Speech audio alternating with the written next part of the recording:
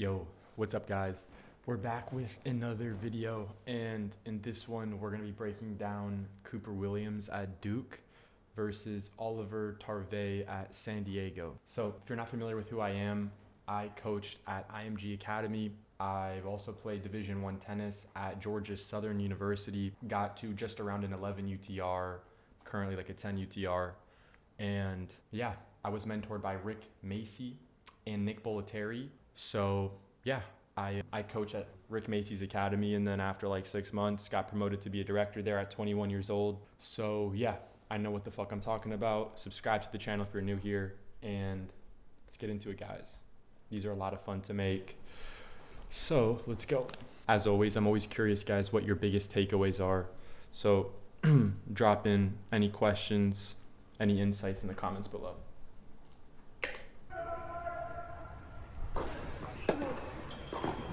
Slicer breaking the sideline within the service box. That's textbook. Slice T, backhand cross.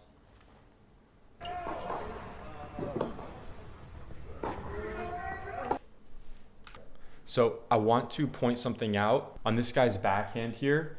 Pay attention to how he turns on his backhand.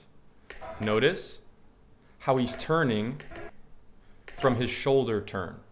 So if you look at how he is there, look. Hold up. If you look at how he is there, when he's turning, he's not turning by just going like this and putting his arms back. You see this? When he's turning, he's not doing that. His arms are in front, and then he's rotating the shoulders. He's rotating this to get additionally turned. So the lesson for you guys is initiate your turn from the shoulders. And don't just do a take back with your arms like this, or just throwing the arms back. That's kind of the first level you got to get to when preparing, is turn from your shoulders. Don't let the hands go back so quickly. One cue that helped me is keep the hands right around in line with your belly button as you turn. So then you're trying to turn your belly button to the side, right? And trying to rotate your core a little bit, turn a little bit to the side like that. That should keep your hands a little bit more centered there, all right? But let's get back into it, guys.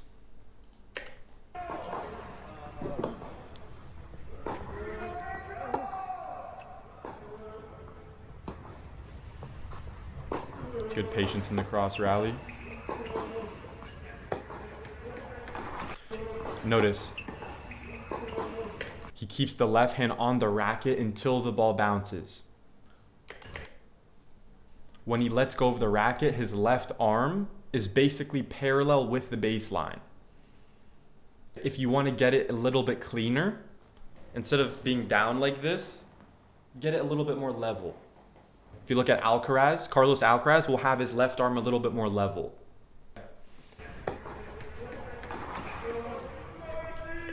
So here, he's going close stance. You can do that. Nothing wrong with that. But I would say 90% of top ATP players are going to go wide open stance and rip this one. They're not going to settle for close stance here. They want to be in a more athletic position, a more versatile position. And look, I'm not saying that he couldn't hit that ball deep, but just pay attention how I said that, and then he happened to hit the short ball. I didn't know he's going to hit the short ball, but there was an indicator, something that was a red flag to me in my coaching brain, right? Of like, wait, I would do this differently, right? Because notice how his hips, right, are here, and now he's a little jammed in the left hip, and his right hip's a little jammed because there's not enough space. So just, does that look natural, guys? Does that look natural, or does that look weird? To me, that shit looks weird, you know? So that's why he hit that ball right around the service line, right? His opponent could have gotten tighter to the baseline, took more time away, and dictated. So like, that's a great backhand. He had a great ball there. But there's always things to learn, guys. There's always things to learn.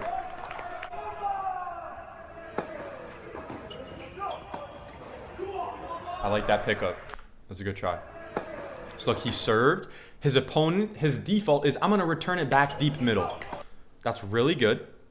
Now, as he's hitting this here, that's the returner side of it, right? Return deep middle, get it to their feet, right? Do that quick. As the server, you can't just get caught here, right? You got to recover back a step or two, right? So he's a little slow in recovering there. Now again, this guy loves the close stance. This guy right here is married to the close stance. Bro, I'm just going to throw it out there. There's something called the open stance, and I'm a huge proponent of it. Just going to throw that out there. So here, you're going to want to pop into at least some type of semi-open stance, planting the right foot. It doesn't have to be full open, but you just want to plant that right foot. Give yourself some more leverage on the right side there. Especially when you're really tall, you got a big frame.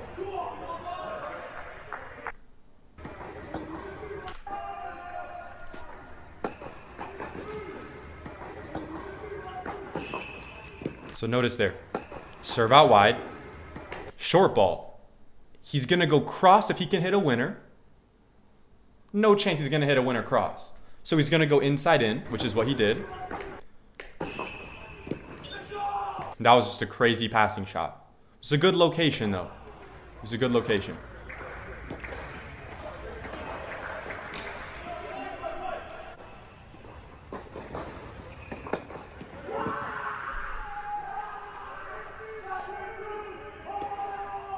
By the way, I hope you guys are having the best fucking day of your life today. Make it fucking count. Let's fucking go.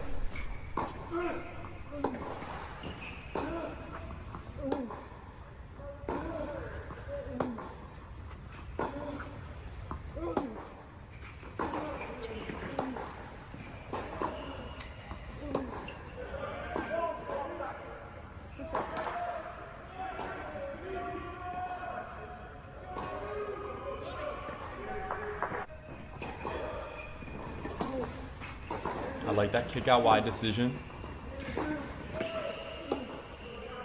Short ball. Short ball again. Come on, bro. Hit it deep. There we go. There we go. Oh, man. Good ball.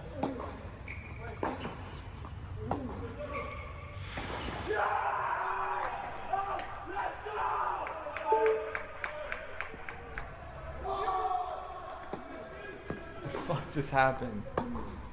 What the fuck just happened? Did your shit just go out? Dude. Hold up. The camera thing isn't working anymore. Alright, we're back. We just had a fucking power surge. We're back, though. We're back.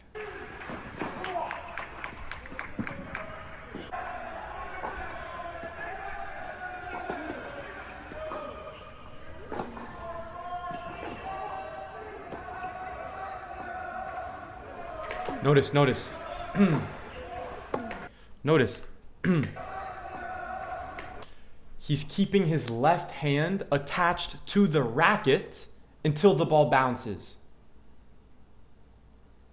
For him, he holds the racket actually pretty low. He actually holds it almost on the grip, right? So everyone has their own personal preference, right? Based on their body, right? I think for this guy's forehand, Oliver here, I think he can totally hold it a little bit taller up on the rackets. I can just look at how his arms are moving, and he could set up with the hand a little higher. He totally could, but you don't need to change it. It's pretty good still. He hits all the checkpoints. He's got a really good split step, gotta say. Yeah, amazing split step. I love that open stance. I like that.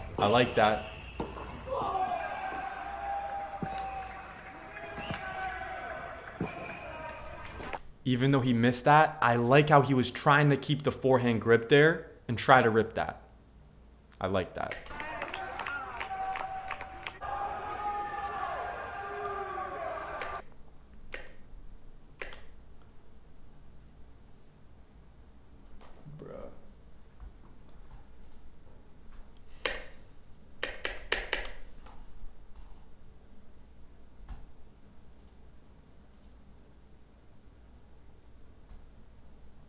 This internet is ass.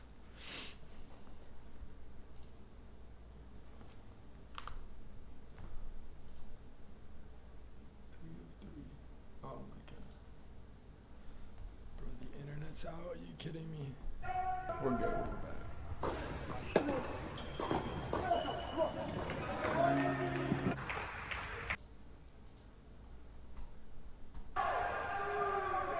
Alright, we're back.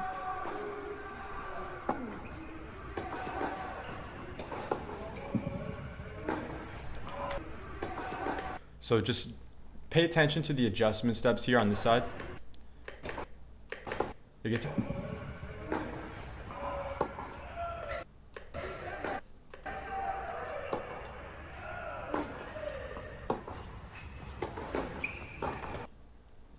I see this neutral ball going middle. See how he's going in open stance. This guy knows how to play fucking tennis. Look at his lower body. Look at this motherfucker's legs, bro. He knows how to play. There's a reason why he's going into his stances.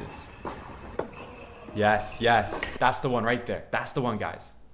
Watch that one again. Watch that one again.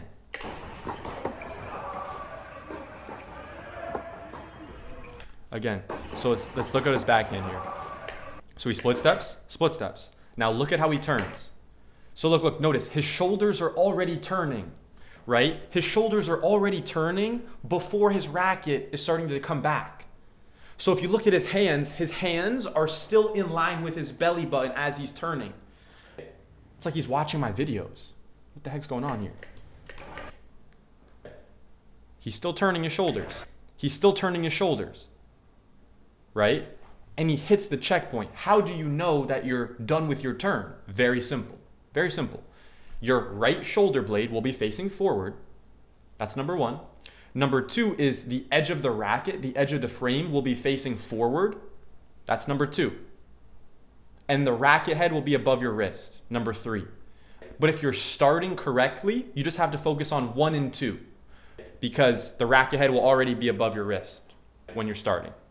So assuming you're not changing anything, all you have to do is get the right elbow straight, turn the shoulders until the right shoulder blade faces forward, and then make sure that the edge of the frame is facing forward. And I highly recommend practicing that in front of a mirror to master it.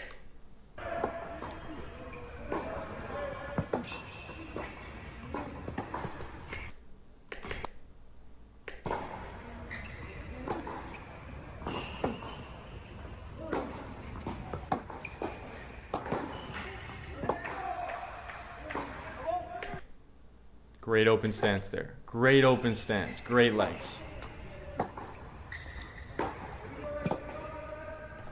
So pay attention to that shot. Ah, fucking ad, bro.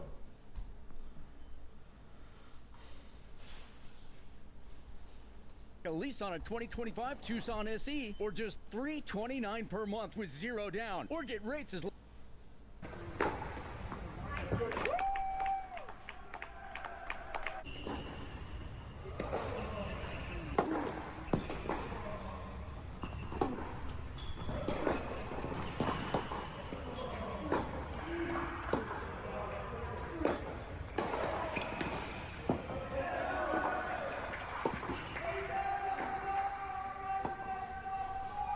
Just look at the energy that this guy has right here. And he gets into his stance every single time. He's always shoulder width apart, further than shoulder width apart. He always has energy in his split step, meaning he's jumping up. He's actively jumping into the split step, right? He's not just flat-footed. He's actually actively jumping up on the split step. If you're looking for one thing to fix in your footwork right now today to take action on, it's have a huge exaggerated split step. Jump into it.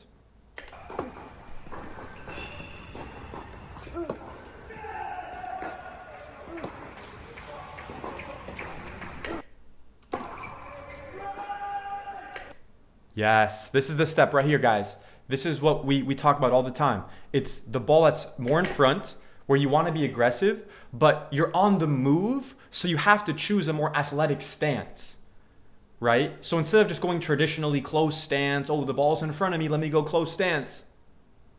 No, you're a rookie. You're a rookie for thinking that. You're a rookie, total rookie. All right? Here, just like he's doing right here, look. He gets the opportunity. He rips big cross. It's more in front. He notices it. Think about it. If he wanted to go close stance, he could go close stance. But he's deciding, I'm going to do this instead. I'm going to go right foot in front, plant, with my toes at a 45-degree angle. I'm going to push off, turn my right hip fast, which is what he's doing here. And that allows him to make contact a little bit closer to his body because he's in an open stance. So that's why when you're on the move, when a fast ball's coming, in general, open stance will be the move, guys. And you can totally be aggressive with the open stance on shorter balls. Don't let any coach tell you, you've got to hit a close stance on that. You can totally go open stance. And don't say it, don't do it because it's what I'm saying. Do it because it's the right thing. And by the way, all the best players do it. That's my 2 cents.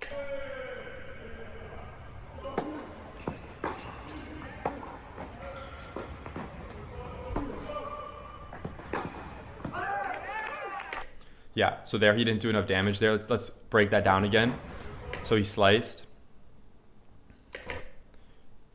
Close stance here and rips it. Hit a ball. I mean, look, his opponent hit a really good approach shot, but why was he able to hit a good approach shot? Because, bro, look at how much time he had. He got there with a lot of time. This was an easy move for him, which tells me you're not doing enough damage on the approach shot. Now let's think about what maybe was something that he could have done to do more damage on the approach.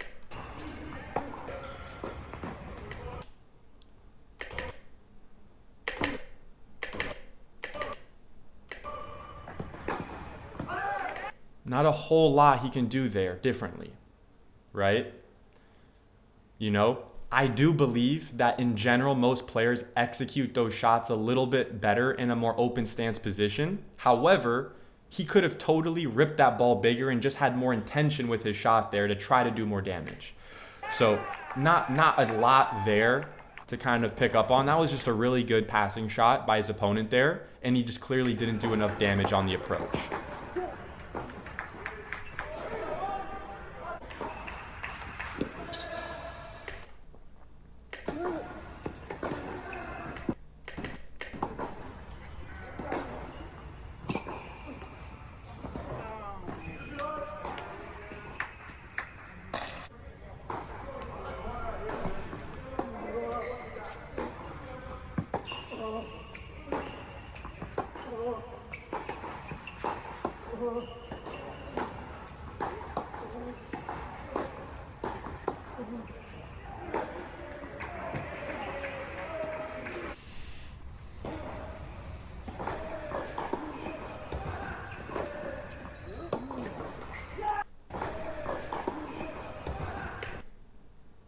So here, this is, look, so at the D1 level, remember, this is the D1 level, guys. This is the team indoor championships, right?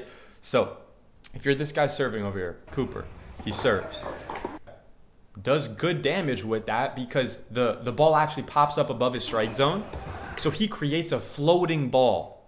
And at the D1 level, this is basically the same thing as like a floating short ball for like a lower level player.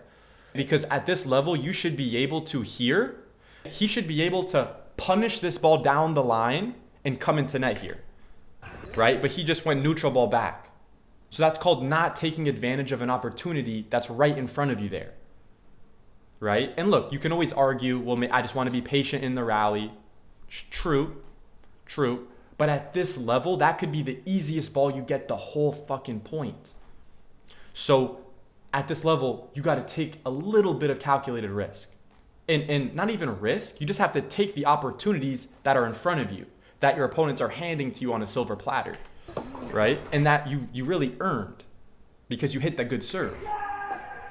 So if you don't take advantage of short balls, you're going to get burned by, you know, the rally going on way too long.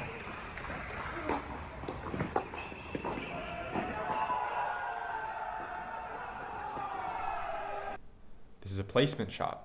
This is not a power shot. You should be trying to place this ball. Notice, he just placed it. Did he hit that as hard as he could? No. But he placed it, right? So, again, that all stemmed from what happened earlier when he didn't take advantage of the opportunity.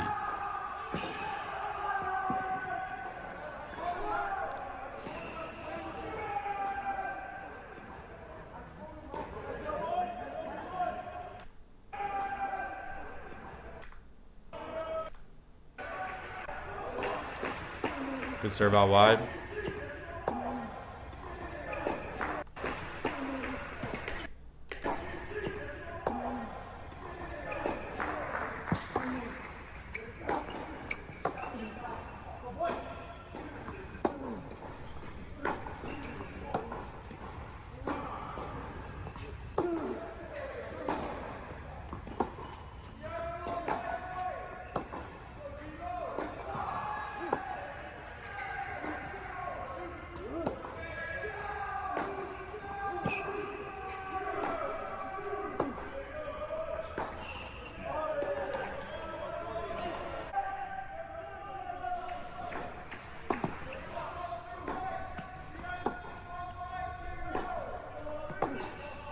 Again on the run.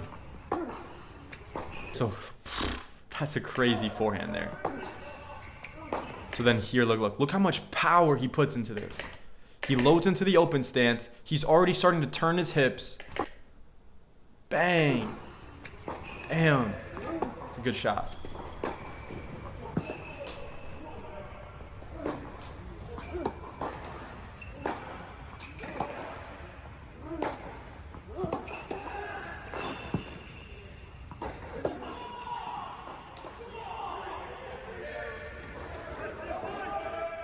He's got a big game. This guy's got a big game.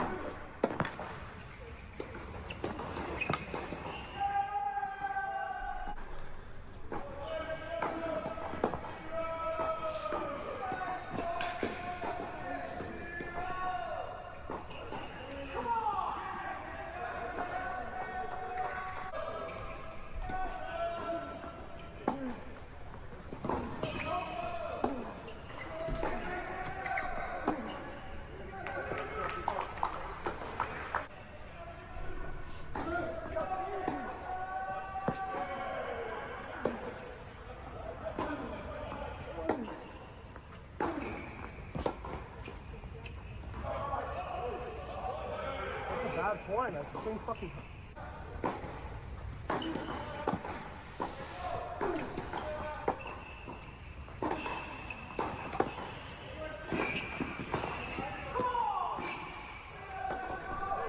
So look.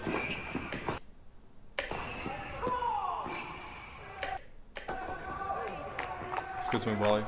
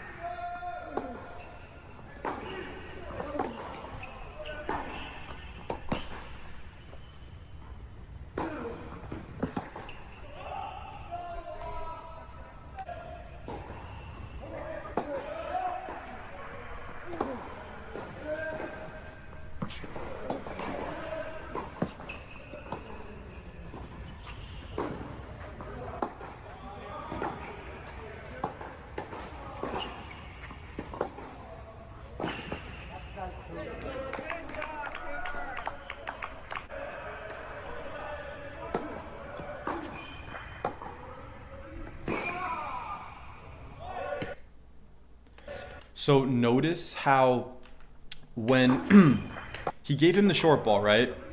And his opponent approached. This is a fucking textbook situation. This is going to happen to you guys time and time again. You have to have the same mindset that he had here, which was the default play is you have to pass them down the line here. Right? So notice how he already had a target in mind going to this ball, right? He's not waiting at the last second and then deciding to go down the line. He knew when he was running to that ball, I gotta rip that ball down the line. I have to, right? And it's clear he's done that time and time again. So yes, it was a really good shot, but he had the target already baked into his brain. So he knew where he was gonna go. But yeah, guys, I hope you guys got some value out of that. If you guys have any questions, feel free to drop them in the comments. And yeah, like the video, comment on the video, subscribe to the channel, and we'll see you in the next video. Peace.